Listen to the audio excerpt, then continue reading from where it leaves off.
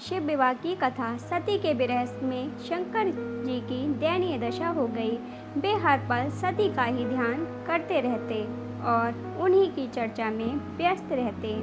उधर सती ने भी शरीर का त्याग करते समय संकल्प किया था कि मैं राजा हिमालय के यहाँ जन्म लेकर शंकर जी की अर्धांगिनी बनूं। अब जगदम्बा का संकल्प व्यर्थ होने से तो रहा। वे उचित समय पर राजा हिमालय की पत्नी मेनका के गर्भ में प्रविष्ट होकर उनकी कोख में से प्रकट हुई। पर्वतराज की पुत्री होने के कारण वे पार्वती कहलाईं। जब पार्वती बड़ी होकर सयानी हुई तो उनके माता पिता को अच्छा वर तलाश करने की चिंता सताने लगी। एक दिन अचानक देव ऋषि नारद राजा हिमालय के महल में आ पहुँचे और पार्वती को देखकर कहने लगे कि इसका विवाह शंकर जी के साथ होना चाहिए और वे ही सभी दृष्टि से इसके योग्य हैं। पार्वती के माता पिता के आनंद का यह जानकर ठिकाना न रहा कि साक्षात जगन माता सती ही उनके यहाँ प्रकट हुई हैं। वे मन ही मन भाग्य को सराहने लगे। एक दिन अचानक भगवान शंकर सती के विरह में घूमते घूमते उसी प्रदेश में जा पहुँचे और पास ही के स्थान गंगावतरण में तपस्या करने लगे। जब हिमालय को इसकी जानकारी मिली तो वे पार्वती को लेकर शिव जी के पास गए। वहाँ राजा ने शिव जी से विनम्रतापूर्वक अपनी पुत्री को सेवा में ग्रहण करने की प्रार्थना की। शिव जी ने पहले तो आनाकानी की, किंतु पार्वती की भक्ति देखकर वे उनका आग्रह ना टाल सके। शिव जी से अनुमति मिलने के बाद तो पार्वती प्रतिदिन अपनी सखियों को साथ ले उनकी सेवा करने लगी। पार्वती हमेशा इस बात का ध्यान रखती थी कि शिव जी को किसी भी प्रकार का कष्ट ना हो।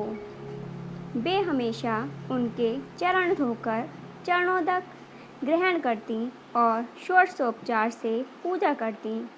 इसी तरह पार्वती को भगवान शंकर की सेवा करते दीर्घ समय व्यतीत हो गया, किंतु पार्वती जैसी सुंदर बाला से इस प्रकार एकांत में सेवा लेते रहने पर भी शंकर के मन में कभी विकार नहीं हुआ। वे सदा अपनी समाधि में ही निश्चल रहते। उधर देवताओं को तारक नाम का असुर बड़ा त्रास देने लगा। यह जानकर कि शिव के पुत्र से ही तारक की मृत्यु हो सकती है, सभी देवता शिव पार्वती का विवाह कराने की चेष्टा करने लगे। उन्होंने शिव को पार्वती के प्रति अनुरक्त करने के लिए कामदेव को उनके पास भेजा, किंतु पुष्पायुध का पुष्प बाण भी शंकर के मन को विक्षुब्ध ना कर सका। उल्टा कामदेव उनकी क्रोधाग्नि से भस्म हो गए। इसके बाद शंकर भी वहाँ अधिक रहना अपनी तपश्चर्या के लिए अंतराय रूप समझ कैलाश की ओर चल दिए। पार्वती को शंकर की सेवा से वंचित होने का बड़ा दुख हुआ, किंतु उन्होंने निराश न होकर अब की बार तप द्वारा शंकर को संतुष्ट करने की मन में ठानी। उनकी माता ने उन्हें सुकुमार एवं तप के अयोग्य समझकर बहुत मना किया। इसीलिए उनका नाम उमा प्लस माँ तप ना करो नाम प्रसिद्ध हुआ। किंतु पार्वती पर इसका असर न हुआ। अपने संकल्प से वे तनिक भी विचलित नहीं हुई। वे भी घर से निकल उसी शिखर पर तपस्या करने लगीं जहाँ शिव जी ने तपस्या की थी। तभी से लोग उस शिखर को गौरी शिखर कहने लगे। वहाँ उन्होंने पहले वर्ष फलाहार से जीवन व्यतीत किया। दूसरे वर्ष वे पर्ण वृक्षों के पत्ते खाकर रहने लगीं और फिर तो उन्होंने पर्ण का भी त्याग कर दिया और इसीलिए वे अर्पणा कहलाईं। इस प्रकार पार्वती ने 3000 वर्ष तक तपस्या की। उनकी कठोर तपस्या को देख ऋषि मुनि भी दंग रह गए। अंत में भगवान आशुतोष का आसन हिला। उन्होंने पार्वती की परीक्षा के लिए पहले सप्तऋषियों को भेजा और पीछे स्वयं बटु वेश धारण कर पार्वती की परीक्षा के निमित्त प्रस्थान किया। जब उन्होंने सब प्रकार से जांच परख कर देख लिया कि पार्वती की उनमें अविचल निष्ठा है, तब तो वे अपने को अधिक देर तक न छिपा सके। वे तुरंत अपने असली रूप में पार्वती के सामने प्रकट हो गए और उन्होंने उन्हें पाणी ग्रहण का वरदान देकर अंतर्ध्यान हो गए। पार्वती अपने तप को पूर्ण होते देख घर लौट आईं और अपने माता पिता से सारा वृतांत कह सुनाया। अपनी दुलारी पुत्री की कठोर तपस्या को फलीभूत होता देखकर माता पिता के आनंद का ठिकाना नहीं रहा। उधर शंकर जी ने सप्तऋषियों को विवाह का प्रस्ताव लेकर हिमालय के पास भेजा और इस प्रकार विवाह की शुभ तिथि निश्चित हुई। सप्तऋषियों द्वारा विवाह की तिथि निश्चित कर दिए जाने के बाद शंकर जी ने नारद जी द्वारा सारे देवताओं को विवाह में सम्मिलित होने के लिए आदरपूर्वक निमंत्रित किया और अपने गणों को बारात की तैयारी करने का आदेश दिया। उनके इस आदेश से अत्यंत प्रसन्न होकर गणेश्वर, शंखकर्ण, केकराक्ष, विकृत, विशाख, विकृतानन, दुंदुभ, कपाल, कुंडक, काकपादोदर, मधुपिंग, प्रमथ, वीरभद्र आदि गणों के अध्यक्ष अपने अपने गणों को साथ लेकर चल पड़े। नंदी, क्षेत्रपाल, भैरव आदि गणराज भी कोटि कोटि गणों के साथ निकल पड़े। ये सभी 3 नेत्रों वाले थे। सबके मस्तक पर चंद्रमा और गले में नीले चिन्ह थे। सभी ने रुद्राक्ष के आभूषण पहन रखे थे। सभी के शरीर पर उत्तम भस्म पुती हुई थी। इन गणों के साथ शंकर जी के भूतों, प्रेतों, पिशाचों की सेना भी आकर सम्मिलित हो गई। इनमें डाकिनी, शाकिनी, यातुधान, बेताल, ब्रह्मराक्षस आदि भी शामिल थे।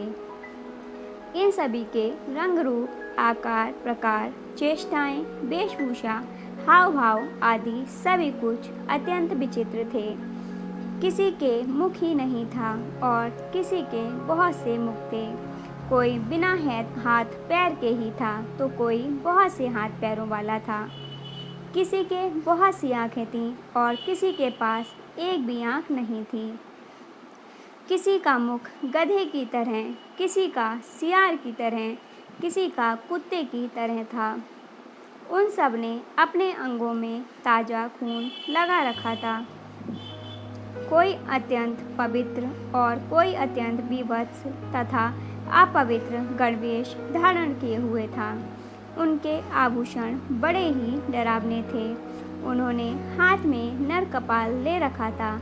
वे सबके सब अपनी तरंग में मस्त होकर नाचते गाते और मौज उड़ाते हुए महादेव शंकर जी के चारों ओर एकत्रित हो गए।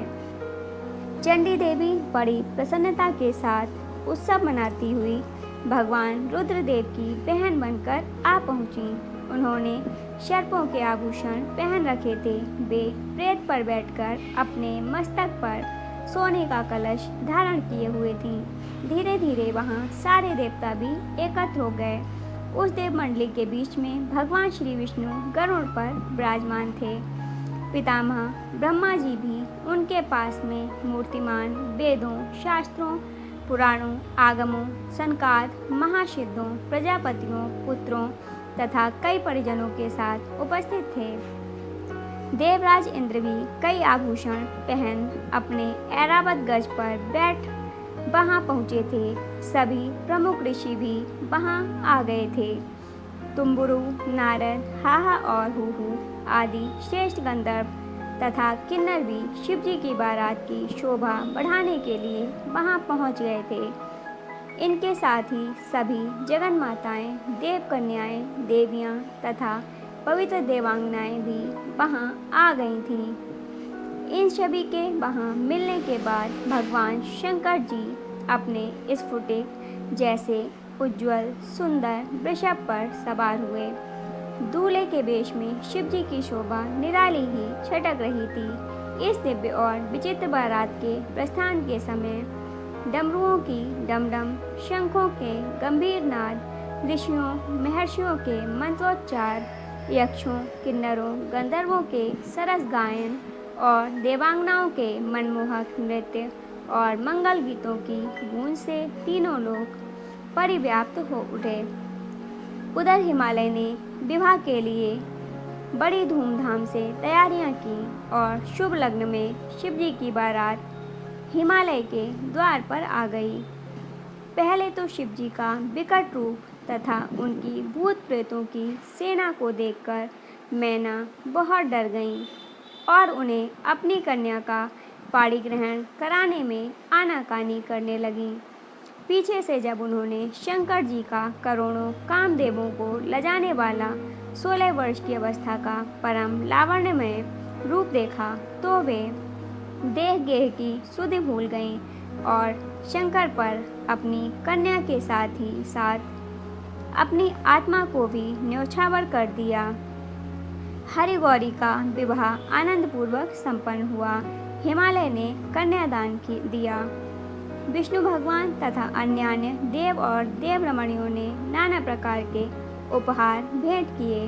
ब्रह्मा जी ने वेदोक्त रीति से विवाह कराया। सब लोग अमित उत्साह से भरे अपने अपने स्थानों को लौट गए।